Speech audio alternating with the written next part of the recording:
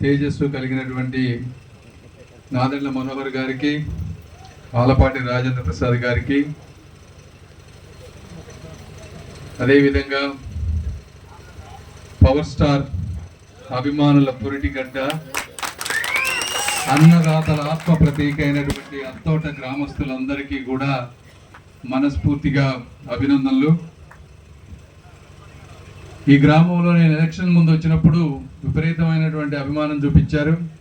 అదేవిధంగా అద్భుతమైన మెజారిటీతో గెలిపించారు. ఆ రోజున తెలుగుదేశం జనసేన రెండు కరెక్ట్గా పనిచేసి ఎక్కడా లేనటువంటి మెజారిటీ తీసుకొచ్చారు. అప్పటి నుంచి కూడా అత్తోట అంటే మాకు ప్రత్యేక అభిమానం. అయితే ఈ కార్యక్రమం ఈ కమ్యూనిటీ హాల్ అనేది మొట్టమొదటిగా వీరు ఎవరైతే ఉన్నారో అద్దంకి చీన వీరయ్య గారి సతీమణి నాగరత్నం గారికి, ఎందుకంటే ఇది 35 సెంట్ల స్థలం. ఈ గ్రామస్తులు మీకే తెలుసు, కనీసం ఎంత లేదన్నా 2 లక్షలు ఉంది ఈ రోజున ఇక్కడ గజం.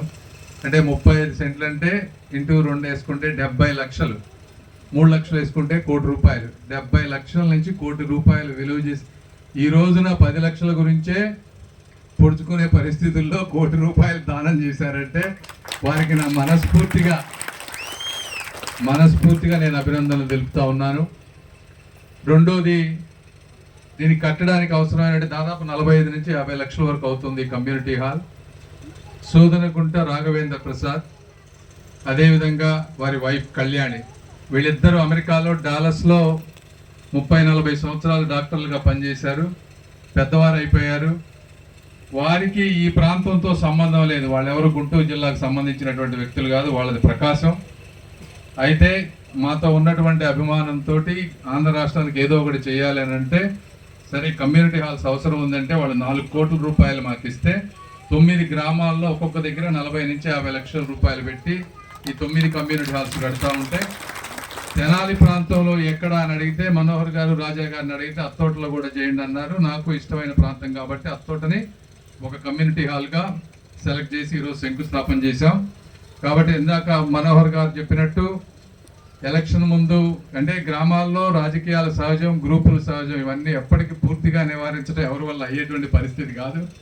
అయినప్పటికీ కూడా పెద్ద మనసుతోటి ఈరోజు మీరు చంద్రబాబు నాయుడు గారు, పవన్ కళ్యాణ్ గారు ఏ విధంగా కష్టపడతా ఉన్నారో, గబక్కన ఎవరన్నా మనస్పర్ధలు సృష్టించాలన్నా ఒకరు ఒక మెట్టు దిగి ఇంకొకళ్ళు ఒక మెట్టు ఎక్కి ఏదో విధంగా కలిసి ముందుకు ప్రయాణం చేయాలనుకుంటా ఉన్నారు.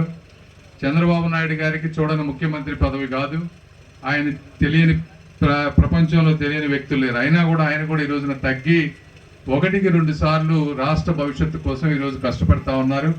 అదేవిధంగా ఇక్కడ ఉన్నటువంటి నాయకులు కూడా ఒకళ్ళు సర్దుకొని అభిప్రాయ భేదాలు అక్కడక్కడ వచ్చినా కూడా జాగ్రత్తగా చేసుకుంటూ వెళ్తా ఉన్నారు. అదే స్ఫూర్తితో గ్రామంలో మీరు కూడా మనస్పర్ధలు ఉన్నా కూడా ఒక త్రాటిపై ఉండి ఇవన్నీ చేసుకుంటా అంటే అందరూ ఒక త్రాటిపైకి వస్తే మాకు కూడా ఈజీ అవుతుంది. అలా కాకుండా ఒకళ్ళు అట్లా ఒకళ్ళు ఎక్కడంటే చేయాలనుకునే వాళ్ళకి కూడా ఇంట్రెస్ట్ అది ఉండదు, చేయాలనుకునే నాయకులకు కూడా. కాబట్టి